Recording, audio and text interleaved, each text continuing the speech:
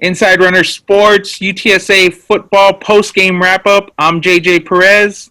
Say hello, Greg Luca. I'm Greg Luca, San Antonio Express News. We're on location this week. We're coming to you via Zoom to wrap up UTSA football's 21-13 loss to UAB this week. Roadrunners really fought hard today against a very good UAB team, Greg. What were just some of your takeaways in this game? Yeah, I think you have to start with the quarterback situation. We saw Josh Adkins get hurt on the very first snap of the game. Just tried to dump off a pass incomplete and got driven into the turf, and I guess landed on his right side and broke his collarbone that way. Would be my kind of looking at it, guessing what happened, knowing that Jeff Traylor told us after the game that it was a collarbone.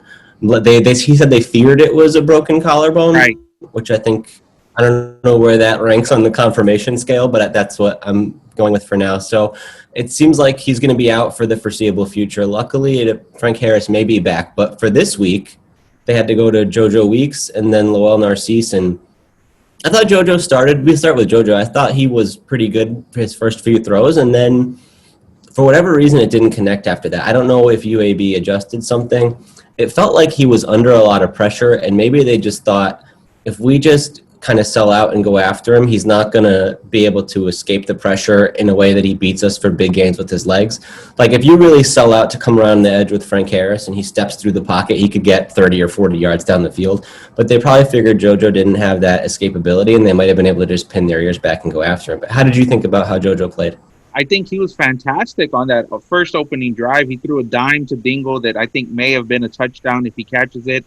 And he was just tough overall. He took some big hits. There was some protection issues throughout the game, and he tried to convert a few third downs with his legs. And he doesn't have the speed as Frank Harris. Nobody really does. But I think it was it was a gritty effort from JoJo, and they just weren't doing anything consistently after that first drive. And they put in Lowell in the third quarter to try and spark the offense, and it did. I think we saw a good effort from Sincere McCormick, and Lowell came in there in that third quarter and let the team down a few drives and a few plays, and I thought he looked good at times. What did you think about Lowell's play?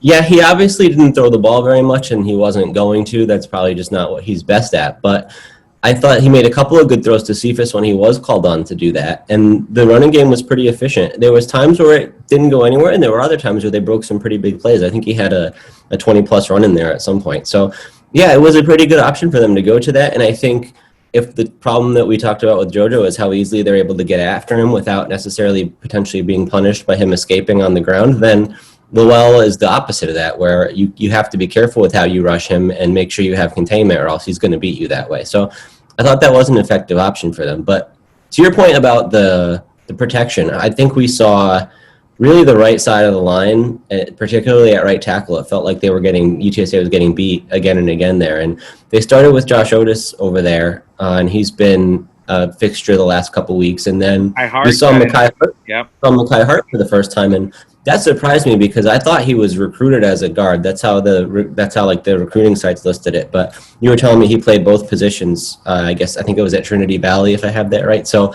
he struggled as well. There were times where he looked better than how Otis looked on his sequences there. So it's hard to say who was the better option. But either way, they were not getting the protection they needed from that side, and UAB was exploiting it. They felt like they were getting hits on the quarterback whenever they wanted to. Is it weird that Sincere McCormick has 150 yards on 22 carries, a pretty good average, by the way, but we're almost talking about how much the offensive line struggled? Is that weird? Is that a weird game?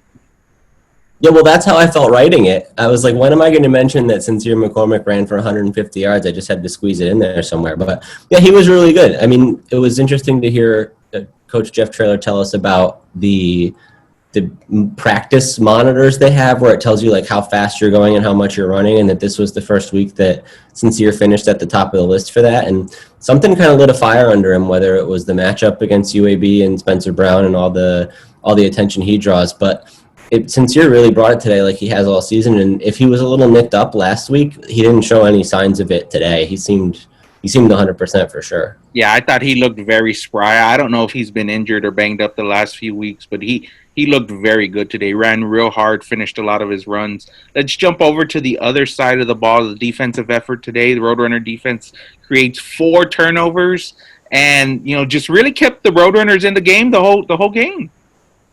Yeah, I thought so. The first one to Wisdom, I don't really know what that throw was. It felt like it was kind of just lofted out there, and Rashad had a very easy time with it.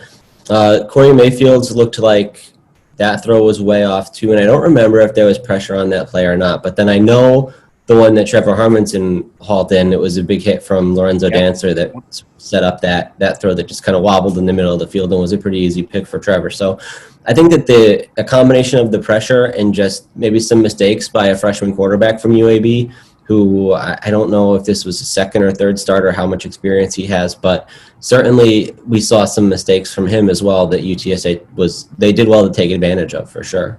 Was there a specific turning point in this game where it seemed like, UTSA could really do something here if they're able to, punch one in or get one, or is it just, there was just so much trouble consistently producing offense today?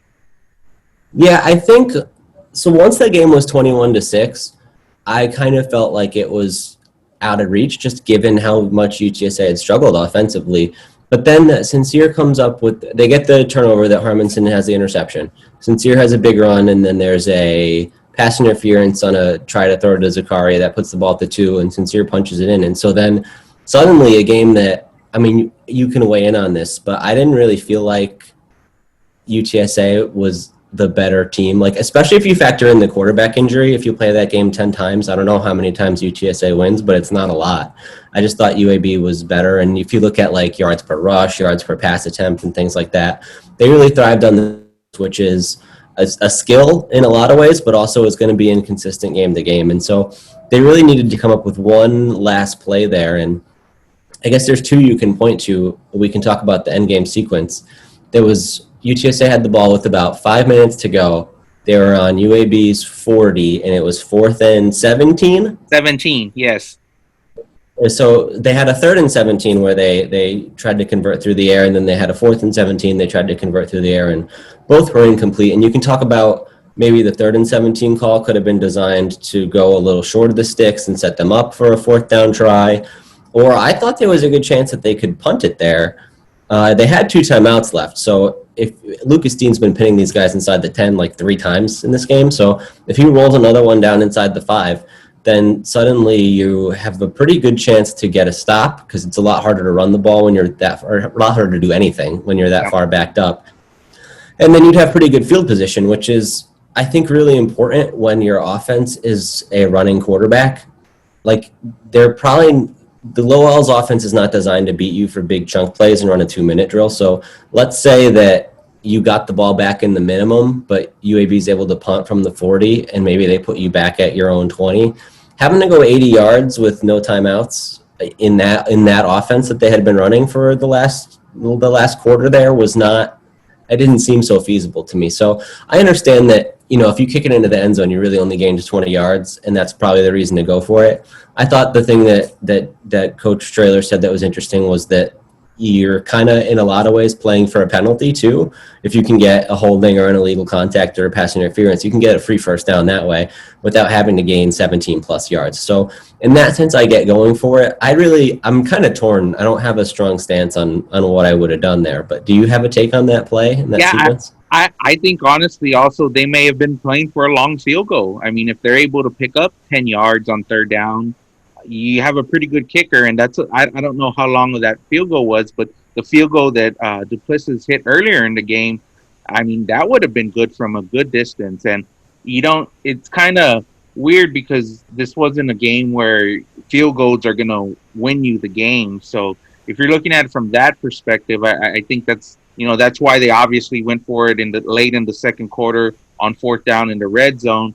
But, I mean, that's something also to consider. I mean, that changes. Those points matter when you have a close game at the end, but who knows how the game ends up playing out. Yeah, so we could talk about that, too. I don't think you would have gone for a field goal at the end there just because you're down 8 and getting it to 5 doesn't help you that much. But I think your point about, well, what if a lot of things had been different up to that point in the game, they end up getting the ball down to the They got it down to the 1 yard line there in the second quarter, I think it was. Sincere gets stuffed. They bring in Lowell. He tries to pass it, and that's incomplete. That was not close to being complete either. And then Lowell tried to run it in twice and got stuffed. So there's a couple different things there. I think going for it is fine. I mean, you're at the 1 yard line. I think you can try to punch it into the end zone. You can't just settle all day. But the part I don't understand is why, with the way Sincere was playing in this game and what he's done for you all season, that he didn't get the ball on second or third or fourth down.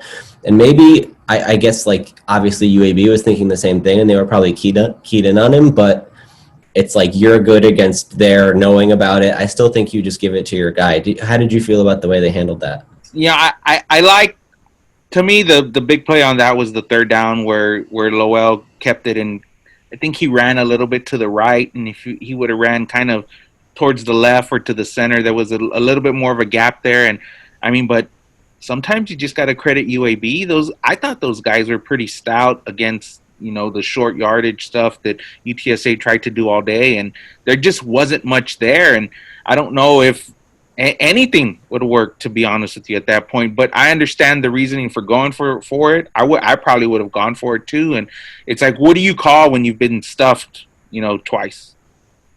I mean, I'd just line up an I formation and run Sincere up the middle. I feel fine about that.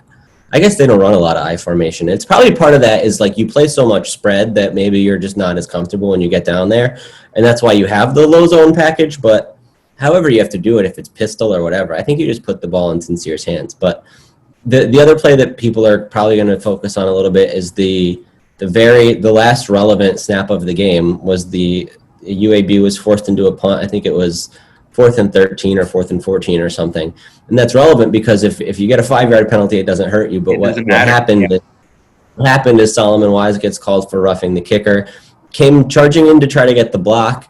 And to my point earlier, I totally understand the block call because, again, with Lowell at the trigger, you're not necessarily equipped to drive down the field with no timeouts and a minute 30 or whatever it would have been. But it was a tough call, and I think some people didn't agree with it.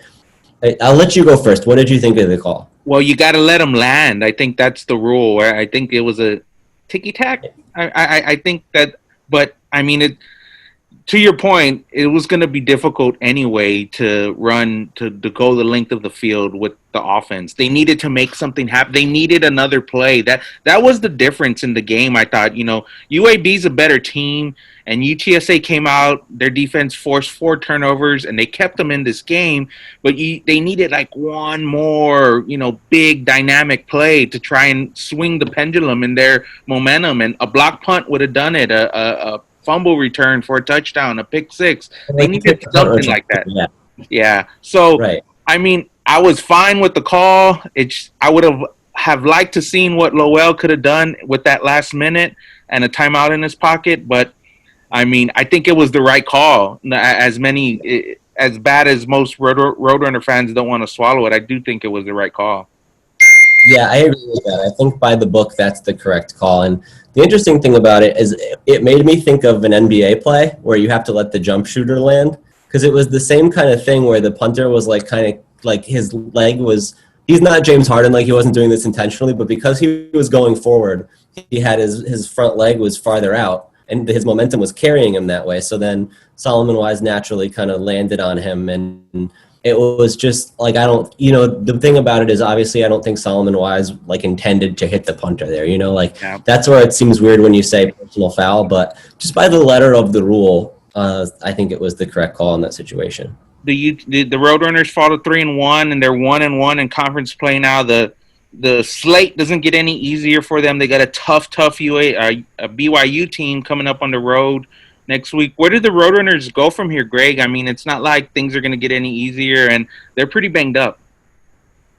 Yeah, well, we knew the schedule was going to be tough. And I think I talked about last week, when you start 3-0, even against weak competition, then when you take losses in some of these games, you can still feel pretty good about your record and what you've accomplished. And I know Coach Traylor said there's no moral victories after the game today, but to me this was something to that effect, just because they beat the spread by like 14 points or what, because they were 20.5-point underdogs and lost their starting quarterback on the first play. So I mean, I was just a few minutes ago saying, well, yeah, it's because they had all these turnovers, and without that, who knows what the score would have been. Or the other thing that we talked about earlier before we started the video is if UAB felt more pressured to have to move the ball, like if they because if UTSA's offense was so inept for stretches of this game that there probably wasn't that urgency to move it, and probably a more conservative play calling approach came into play for UAB. But if they felt like they were under different kind of pressure there, would things have played out differently? There's